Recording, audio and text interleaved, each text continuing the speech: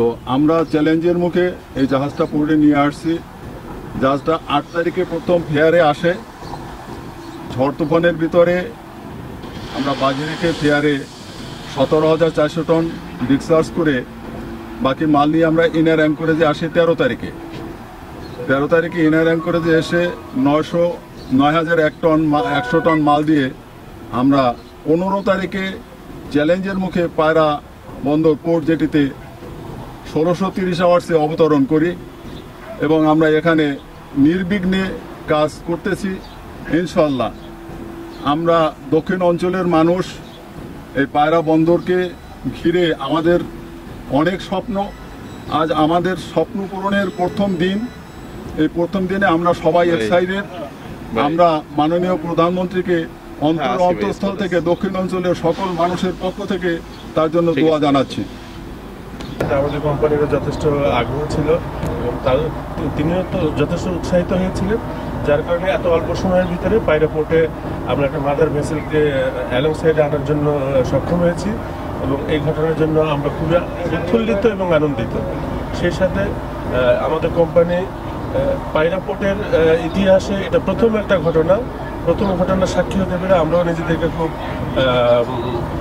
গর্বিত মনে করছি এবং আমাদের মাননীয় প্রধানমন্ত্রীর নির্দেশে এভাবে আমরা উত্তরোত্তর আরও মাদার ভেসেল এই পোর্টে আনতে পারবো বলে আমরা আশা রাখছি।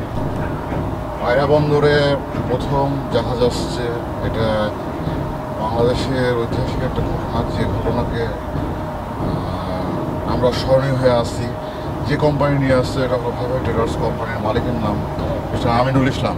মিস্টার আমিনুল ইসলামের দ্বারা আমরা ওনার কর্মচারী, আমরা ওনাকে অসংখ্য ধন্যবাদ জানাই যে আমরা এত বড় একটা পায়রা বন্দর উদ্বোধন হলো সেই জায়গায় আমাদেরকে সুযোগ দিয়ে, কাজ করার সুযোগ দিয়ে আমরা এটা স্মরণীয় হয়ে থাকছি। আর আমাদের এই পায়রা বন্দরে যে মাদার ভেসেল আসছে এটা 24,000 মাল নিয়ে আসছে। এটা মালগুলো যাবে বন্দরের বিভিন্ন জায়গায় কাজে। আমাদের আমিনুল ইসলাম স্যার যথেষ্ট ভালো মানুষ। উনি জেটিতে এই মাদার ভেসেলকে সরাসরি বিকতে পেরেছে, এটাই প্রমাণ করে এই পায়রা বন্দর বাংলাদেশের সমুদ্র বন্দর। এই জাহাজটি দুবাইয়ের ফুজায়রা বন্দর থেকে 50,500 মেট্রিক টন পাথর নিয়ে গত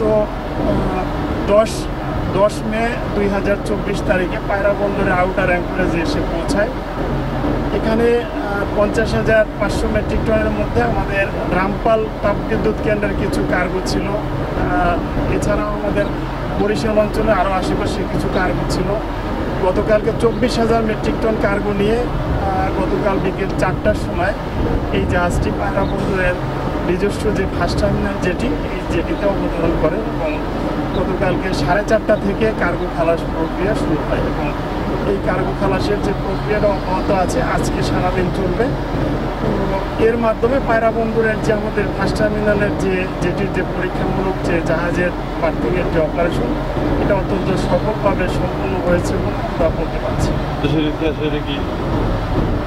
দেশের পায়রা বন্দরের জন্য এবং আমাদের যে সামগ্রিকভাবে আমাদের দেশের জন্য এটা একটি ঐতিহাসিক ঘটনাই বলবো এবং এটা আমাদের জন্য বাংলাদেশের অর্থনৈতিক যে হচ্ছে যে উন্নয়ন এবং অগ্রগতিতে এই যে আজকের যে সূচনা, এটা একটা বড় অবদান রাখবে।